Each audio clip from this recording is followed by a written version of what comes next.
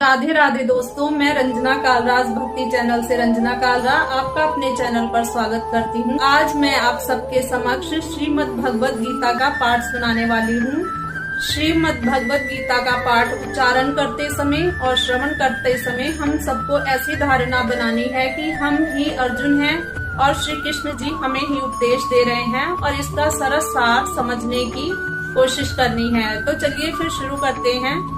बोलो बांके बिहारी लाल की जय, सांवरिया सेठ की जय।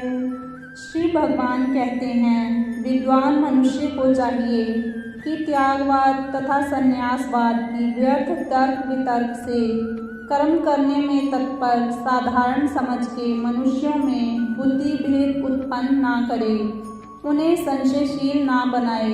कर्म योग युक्त विद्वान मनुष्य आप भली भांति सब कर्मों को करता हुआ कर्मों में लगावे।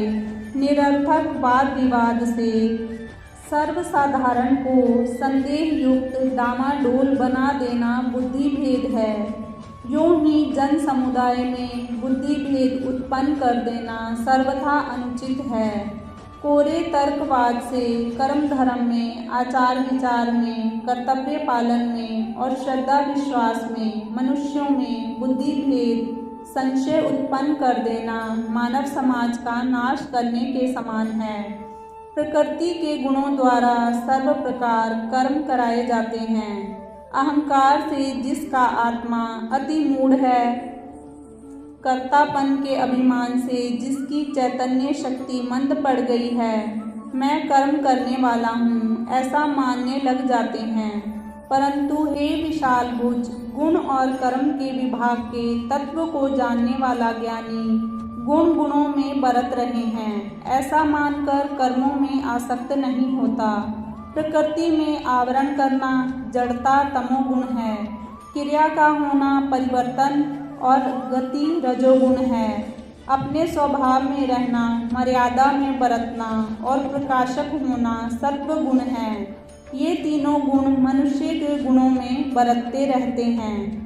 मनुष्यों में अज्ञान, आलस्य, निराशा, अकर्मण्यता, क्रूरता आदि तमोगुण हैं।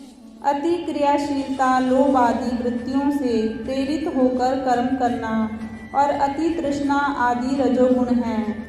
ज्ञान और बुद्धि से युक्त होकर शुभ कर्म का करना, इंद्रियों के वशीभूत ना होना, मर्यादा में रहना और ज्ञान के प्रकाश से प्रसन्न बने रहना सत्व गुण है। प्रकृति के गुण ही मनुष्य के तीन गुणों में काम करते हैं, उन्हीं से कर्म कराए जाते हैं। ऐसा जानकर ज्ञानी मनुष्य कर्मों में आसक्त नहीं होता, कर्तापन का अभिमान नहीं करता।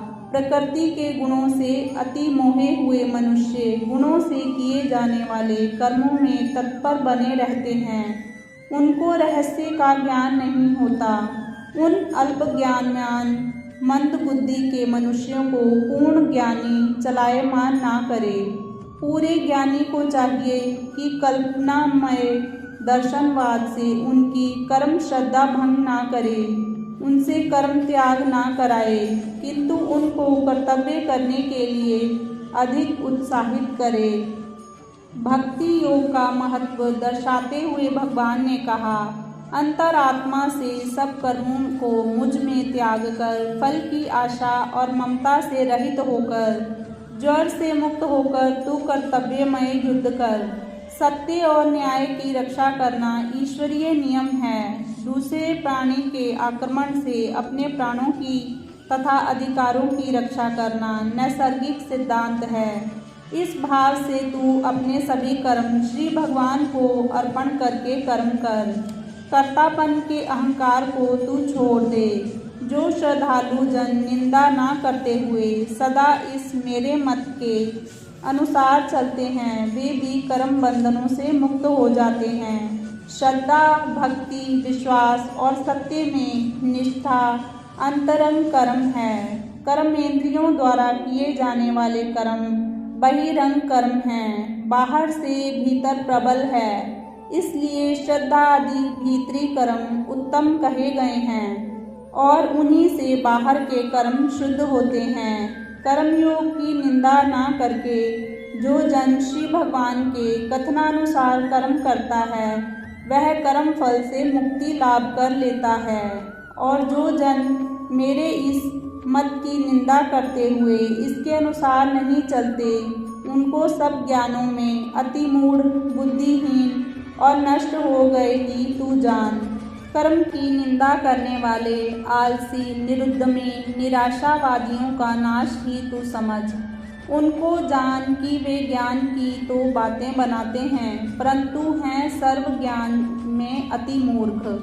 कर्म का करना सृष्टि नियम है, अपनी रक्षा करना प्राणी मात्र में स्वभाव से पाया जाता है। कुछ न कुछ क्रिया करते रहना ज्ञानी अज्ञानी सब में समान रूप से स्वभाव है। यही प्रकृति है, स्वभाव है। भेद केवल इतना है कि ज्ञानी की प्रकृति सत्व गुणी होती है, उसके कर्म शुभ होते हैं। इस पर महाराज ने कहा, ज्ञानवान मनुष्य भी अपनी प्रकृति के अनुसार चेष्टा करता है, उससे भी अपनी स्वभाव की क्रिया रोकी जा सकती। सब प्राणी अपनी प्रकृति को प्राप्त होते हैं, अपने स्वभाव के अनुसार चलते हैं, उसमें कोई निग्रह क्या करेगा? कोई हठ से कर्म करना कैसे रोक सकेगा? इंद्रियों और इंद्रियों के विषय में राग द्वेष रहते हैं। विवेकी को चाहिए कि उनके वश में ना पड़े, क्योंकि वे इसके शत्रु हैं। किसी के लिए भी स्वभाव सिद्ध क्रिया का त्याग देना असंभव है। इसलिए करना यही चाहिए कि बाहरी वस्तुओं के देखने सुनने आदि से उनमें जो राग गाढ़ प्रीति हो जाती है और जो द्वेष भाव बढ़ जाता है, मनुष्य उनके अधीन ना हो, उनको दमन कर रखे, क्योंकि ये राग द्वेष कर्मयोगी के बड़े वैरी हैं, उसको सन्मार्ग से भ्रष्ट करने वाले हैं। कर्मों में कर्तव्यों में कैसी भावना हो, इस पर महाराज ने कहा, अपना धर्म कर्तव्य कर्महीन गुणमुक्त दूसरे के भली प्रकार पालन किए हुए कर्तव्य से अधिक कल्याणकारी है। अपने साधारण कर्तव्य में मर जाना उत्तम है और अपने कर्तव्य को तुच्छ जानकर पर धर्म भयकारी है। चारों वर्णों के कर्म मनुष्य समाज में सर्वत्र स्वाभाविक रीति से पाए जाते हैं। ये चारों जातीय कर्म हैं, जिनमें से कोई ना कोई कर्म अपनी योग्यता के अनुसार प्रत्येक मनुष्य को करना ही चाहिए। इन जातीय कर्तव्यों में ऊंच नीच की भावना रखना भारी भूल है। पाप दोष को मानना बड़ा भ्रम है और इनको त्याग देना एक निरी अविवेकता है। धर्म शब्द का बड़ा विस्तार है, इसमें पारिवारिक, व्यवहारिक, परमार्थिक सभी कर्तव्य समाये हुए हैं। इसके अनंतर अर्जुन ने पूछा, हे वृषण वंशज, पाप करना ना चाहते हुए भी मानव बल से लगाया हुआ यह मनुष्य किस से प्रेरित किया हुआ पाप को करता है? भगवान ने कहा, रजोगुण से उत्पन्न होने वाली यह कामना है, यही क्रोध है, यही बड़ी खाने वाली है और बड़ी भारी पाप रूपा है। इसके कारण ही जगत में जन घोर पाप कर्म किया करते हैं। इस लोक में तू इस कामना को वैरी जान। पदार्थों की प्राप्ति अधिक इच्छा ही काम है, इसी से क्रोध आदि सब पाप उत्पन्न होते हैं। यह तृष्णा सदा अतृप्त रहती है, यही बड़ा शत्रु है। जिस प्रकार धुएं से अग्नि ढकी जाती है, मल से दर्पण और झिल्ली से गर्भ ढका जाता है, उसी प्रकार कामना ने मनुष्य का यह ज्ञान आच्छादित कर रखा है।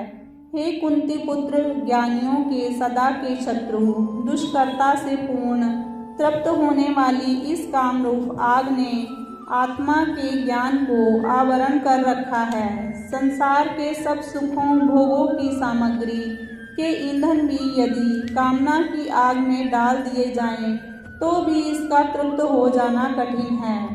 इंद्रियां, मन और बुद्धि इस कामना के रहने के स्थान कहे जाते हैं।